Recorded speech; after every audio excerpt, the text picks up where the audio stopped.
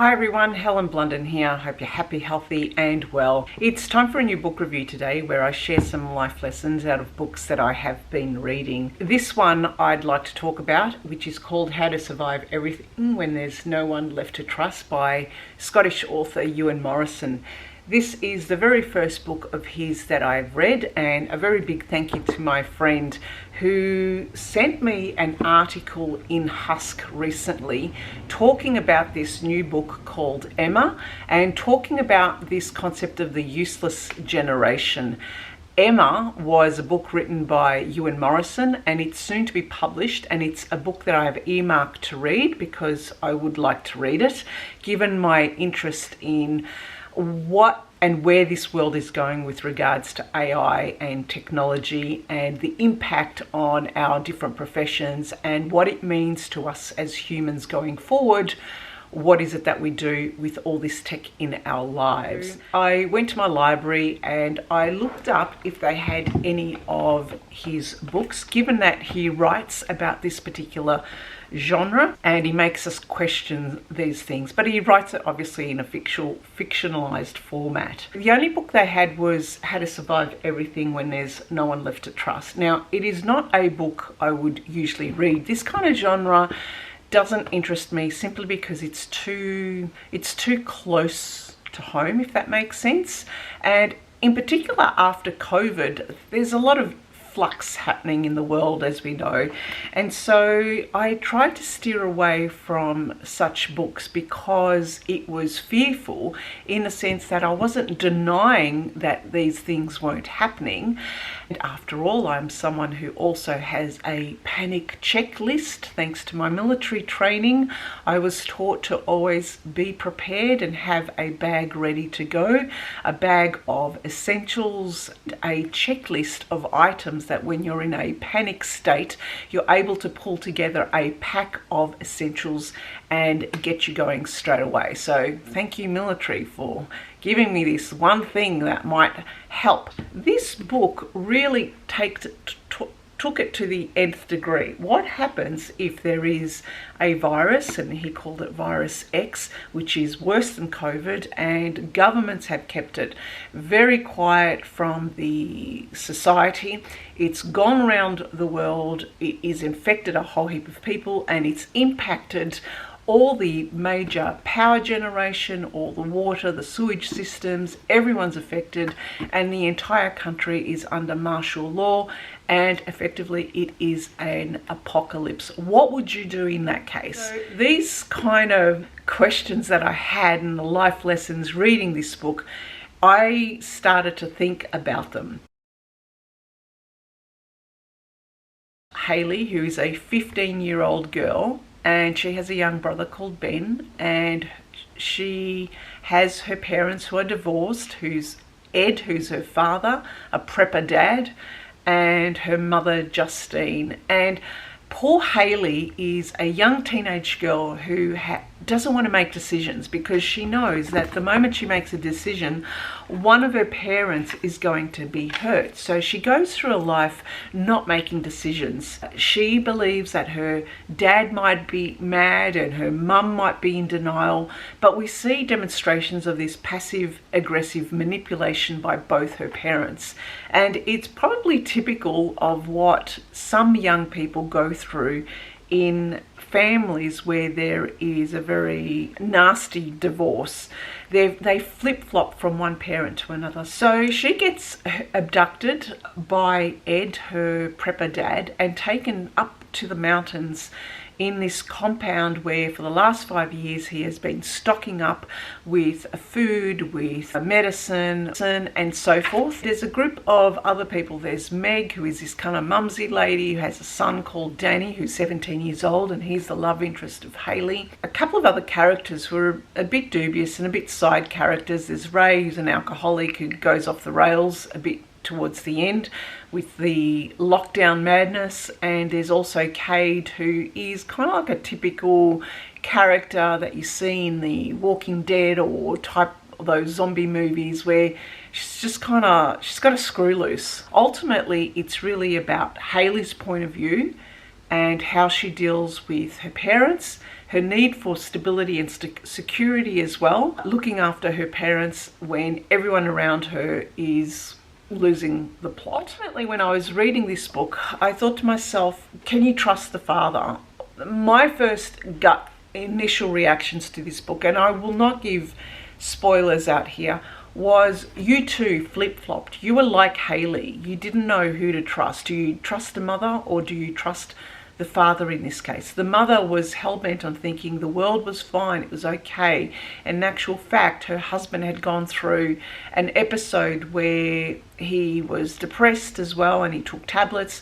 So all these little pieces of information, you started to think, who's who? You too started to feel lost, and maybe that was a reason why Ewan Morrison did it from the point of view of young Hayley, because we felt for her. We were looking at it through her eyes, and we didn't know ourselves who to trust. The other thing that I liked in this book is that it was written in the way of a survival manual. So with each little title, each title could be, say for example, how to trap kids in a safe house, keep up the pretense of civility as your abductees acclimatise. And she wrote little snippets of each of what the story was happening, like a diary or a journal entry, but like a survival manual. And if anything, while I was reading this book, I started to think about what I would do in that same situation. If push comes to shove, if the place is under martial law, if we don't have water, power, if we don't have gas, if we don't have sewage systems, if everything breaks down, what are you going to do? And the thing is, a lot of these questions, I started to think, I too started to really delve deeply that I would have to make a choice. And that choice was on page around 287. There was a big part of this book that was written in italics, and it was called The Awakening. And it was the awakening of understanding that the world has gone haywire. You have a choice to make. Either you start afresh with your family, only your family, people you trust wholeheartedly, and go somewhere else, or whether you submit to the craziness, or whether you basically commit suicide. So these were kind of very big questions that made you think. And I would say that this book, given what has happened in the last few years with COVID and with a lot of things that is happening in our world now. With Australia, we had huge fires, we've had flooding, which we were impacted here with flooding too. There's a lot of things happening in shorter times that you start to think, we have to be prepared for something. I don't doubt that many of you listening will probably have some kind of plan in place, or have probably thought as you open your pantry, should I stock up more on some of those beans, or should I get more toilet paper? But these are the questions that reading this book made me think about, and I certainly returned to my checklist. And one of the things that this book made me realize that I didn't have was an actual first aid book, a physical book of first aid, so that you're able to cater for all those situations that you might get yourself in.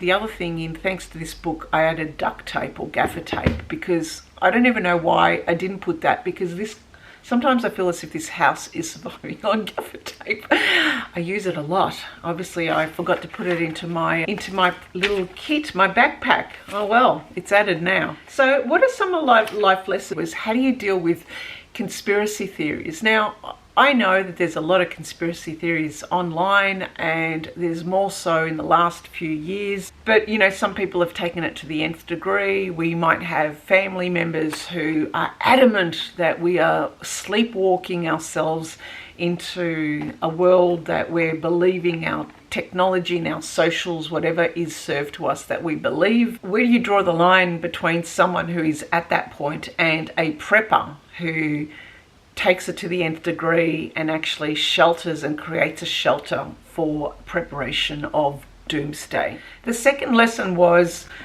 it played with my judgments and assumptions and my preconceptions, in the sense that I seriously thought it took place in America, in particular the southern states of America.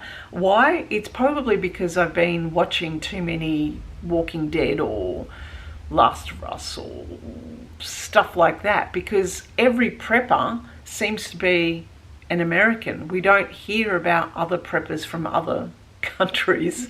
When it was actually mentioned that this was in Scotland, it messed with my head. Messed with my head because I assumed if anyone's going down, the Scots won't let it. I always thought, Braveheart and all that. Anyway, that goes to show my prejudices at some way. But, if you think about Australians, if Australians had this situation, Australians would just play. That just goes to show I've been watching too much TV. The third lesson was, what would you do in that situation? Would you prep yourself? Would you stay at home? In the past, I'd say, yeah, I'd stay at home, I'd bunker down. But if you don't have any power, if you don't have any water, and that has happened recently when we had massive storms and we lost power, we lost everything. And you were sitting in the dark going, shit, what's going to happen now? And what would you do? What would you do? And I was really surprised that he mentioned that the whole place would go under martial law, which means your property would be seized, that you would have these massive hordes of people coming into your home. Stuff that, no way. I'd know what I'd do. So it brings up these kind of questions for you. The fourth lesson was, how do you make choices? Someone always gets rejected and hurt by your choice. And what's the impact on your kids when you do? And this was a very strong theme in this book, along with themes of depression and going crazy in lockdown. And we all saw that when our lockdown happened. Now, in 2020, and I'm in Melbourne, we had the worst pandemic lockdown in the world.